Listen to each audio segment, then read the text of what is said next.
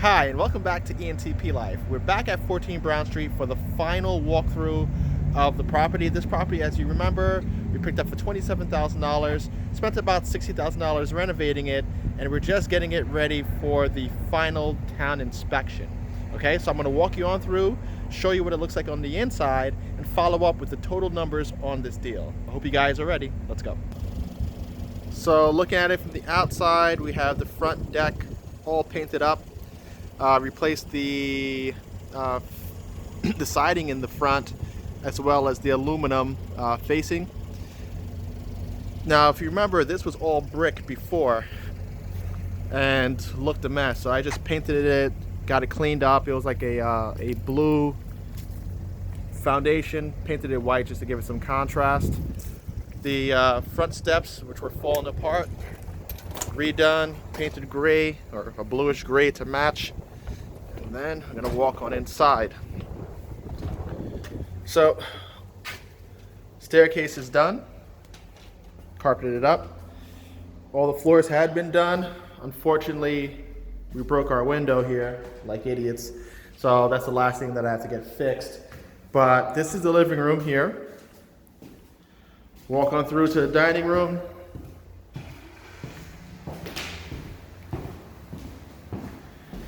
And take a look at the kitchen here. So I'm just having this was the fridge that I got that was too large for for the house on Hammond. So I moved it over here. We have typical white shaker with subway tiles over the stove range. I kept it electrical range. Did this little island with butcher block cooktop. Now these are really cheap, and it actually brings in a little bit of warmth. You know, if you're going to use wood or natural tones, it helps to bring some life to this property. The property is mostly white and gray, so why not add just a little bit of wood? It's a nice prep surface. We could have gotten the extended version so that it could be like an eat-in island, so to speak. But if it was my home, I would have done that. If I was selling the property, I would have done that. It's not much of a difference, but I'm not sure if there's enough space, to have the chair and clearance. I guess it could have been done. Who knows? Maybe I could just add a lip that folds up and locks into place, but I don't think it's essential. But that would allow them to eat within the kitchen, which I guess is helpful if you're trying to manage things quickly in a home. But that's what we did here, and let's go on upstairs. That was pretty much finalized, but you get to see the bathroom. Carpeted the stairs for just ease, and it's quieter when you carpet your stairs, so you're not, clicking along. We have our 3 bedrooms completed, right? The largest of the bedrooms here.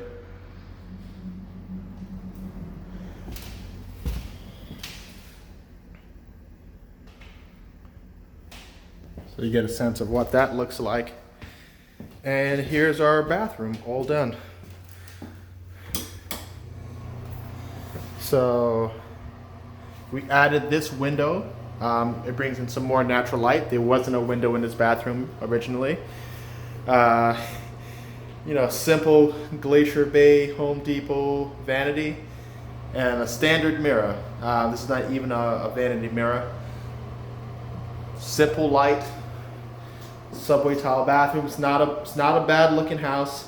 It's actually rather, attractive house for the area, and it's basic finishes.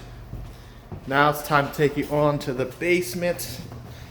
Show you how that finished out. Let's go on through. Remember this? Hopefully I could try to snap back. This was a bathroom that they built into this landing. I'm gonna see if I could link the video back, give you a little bit of side-by-side action or something, or flash back to it so you could see. Now, these stairs here, I feel that I have to, either carpet them or paint them or something. I don't know why the carpet guy didn't do these stairs. I guess he didn't know. downstairs, we have the gray vinyl floors. You know, it's a potential moist area. So these are the same vinyl floors that I used in 2nd Street, leftovers, right? And it blends into the overall look of the house because it matches the laminate floors that I used upstairs. Now, I've thought about putting a second bathroom right in that corner here. I might do that later, not essential now, but this is just one more room. This could be a play area, or it could be a second bedroom, or not a second bedroom, but a 4th bedroom. However somebody wants to use it, guest room, nanny room, you name it. It has its own outside entrance. If somebody just wanted to, I don't know, I guess rent a room, I have no idea. Maybe I could keep this for myself for when I crash out here. But if I do that, then I'm gonna need a shower. So I could be up here from spending nights, etc. Just have a place where I could pop in, sleep, rather than renting a hotel room. That could be how that works, and rent the upstairs. So that's virtually it for this house. I just got to get it cleaned up and inspected, and it's going to be on the market and ready for renting. I'm going to be looking to get between $1,650 and $1,800 for this house.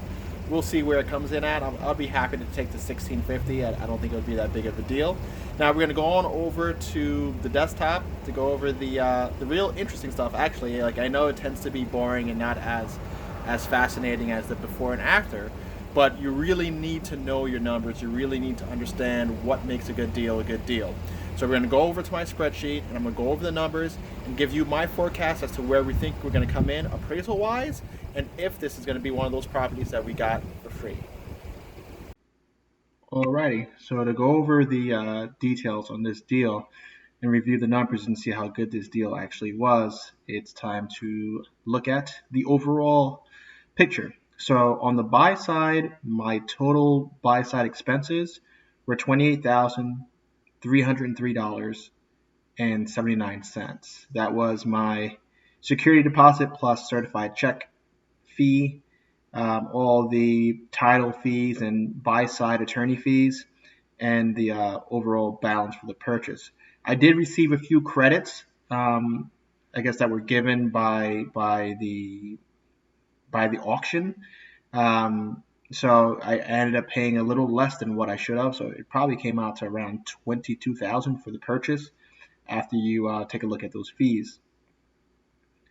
The next thing is, come on, stupid thing. So the next thing is taking a look at the overall expenses for this project. Now, if you see, we started back May 21st. Now, the reason this took 3.5 months, actually it's close to 3 full months, is because I had to move my guys from one project to the next, and I was waiting on the plumber to complete his work, which always causes delays when you have multiple tradesmen in on a project.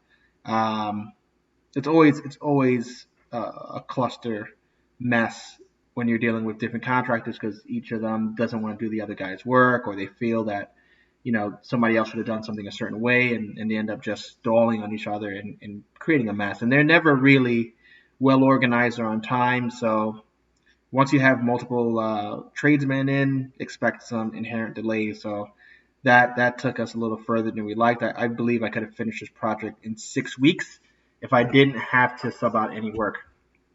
And the reason why I subbed out is really because it's the town's requirements. All right, so if you look at the overall expenses, I have about $12,000 here for the first 4 weeks of materials.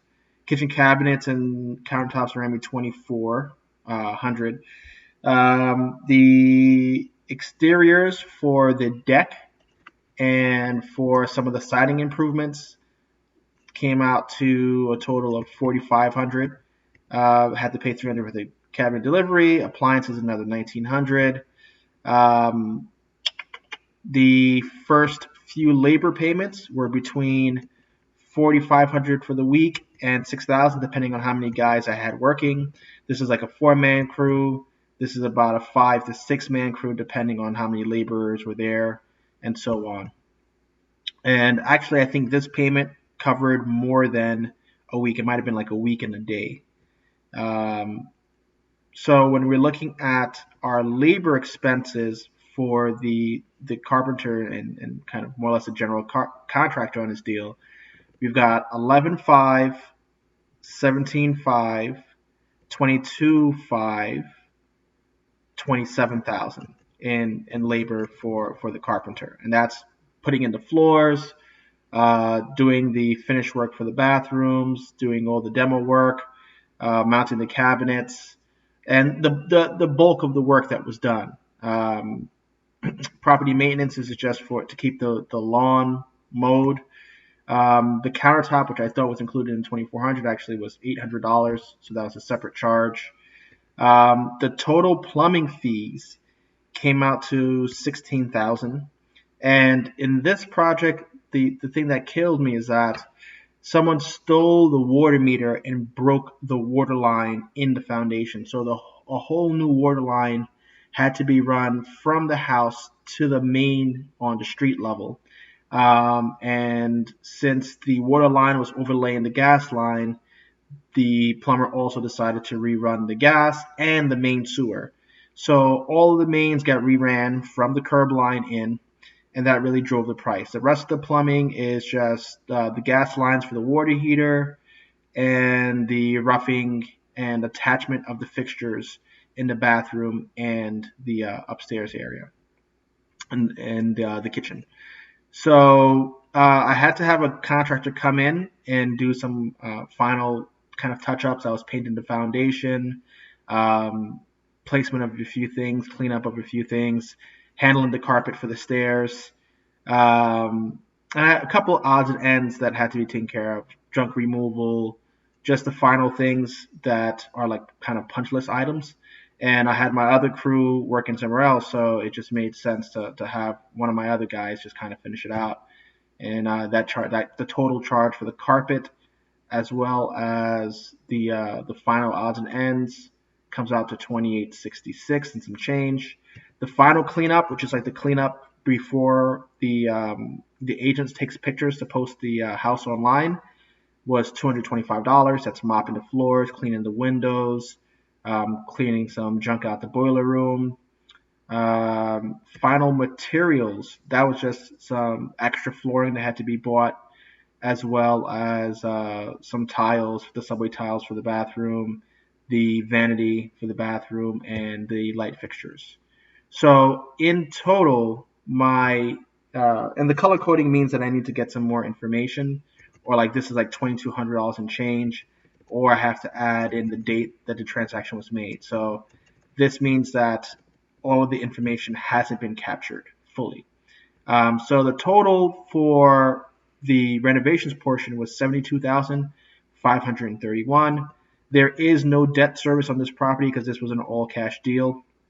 And as you can see, by going all cash, if you compare this to some of my hard money deals, you're going to save a lot of money on the front side. You're going to save money on the appraisal. Insurance I do have on this property, I think I'm paying about $100 a month. So I should probably add that. Let's just call it 4 months of insurance, so $400.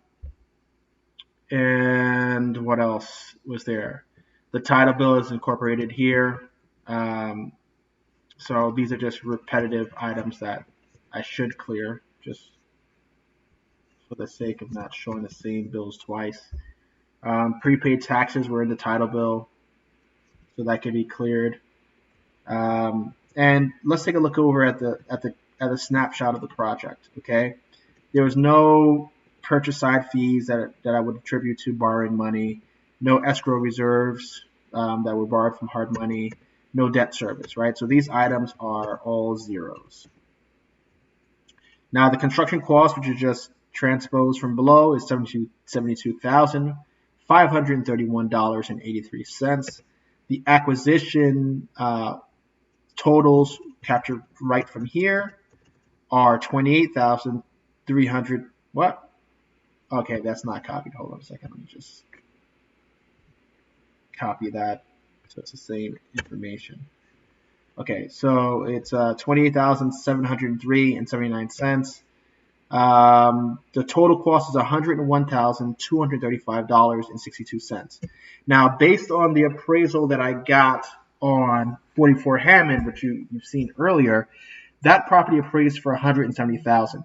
Now, I'm expecting this house to appraise for the same. It's about the same square footage, same finishes. It has one less bathroom, so it might come in for a little less. Hopefully it doesn't. Hopefully I get that 170-ish price. If I do get the 170 price, my refinance cost should be about $15,000, and I'll be refinancing 70% of this 170. So that's just about $120. Let's see what that equals. 120,000, if I didn't say that correctly. Yeah, 119. So out of that 119, if I have another 15,000 in closing fees, which is similar to the other deal that I did, and that closing fee should include taxes. I'll get some sort of tax discount. I'll get a couple checks cut back, but that would include taxes, reissuing title, closing fees, broker fees, all of that jazz. It comes out to about 15,000 for every 100,000 or so, at least in New York. So if these numbers play out, the appraised value coming in at 170, that means that the deal ratio will be 0.59 or a little bit below 0.6. And if you remember what I said in the past, you want your deal ratio to be below 0.7, right? Because if it's below 0.7, that gives you a good enough spread if you're flipping the house to make some profit.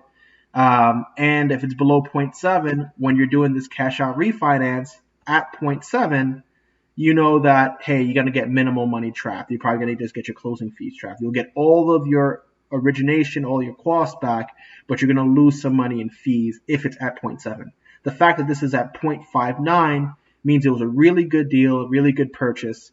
If I had my contractor do all of the plumbing and didn't have to outsource the plumbing, I probably could have saved another $10,000 or so, maybe $9,000 in additional cost. And this would even bring that number lower. So this was one of those really good deals.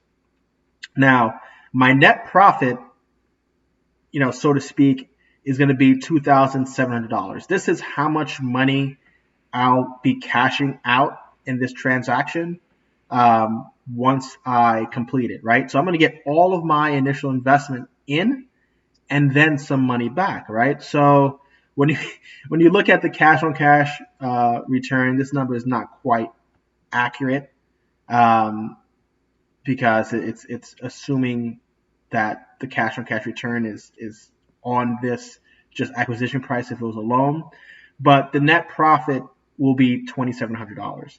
Now the thing that's really good about that, I know it seems small, but I'm gonna have $51,000 of equity, right? And I got all my money back. So that is that scenario where you're getting the house essentially for free, because at this point I have all of my money back ready to invest again. Okay, this is your perfect BRRRR, the perfect scenario, the type of investments that you're going to want to have if you're building up a rental portfolio, because you're not trapping any of your principal money. You're getting all your principal money back and then some. Yeah, you could go ahead and spend this. And the beauty about this net profit here is that it's debt. So there's no tax obligation on that.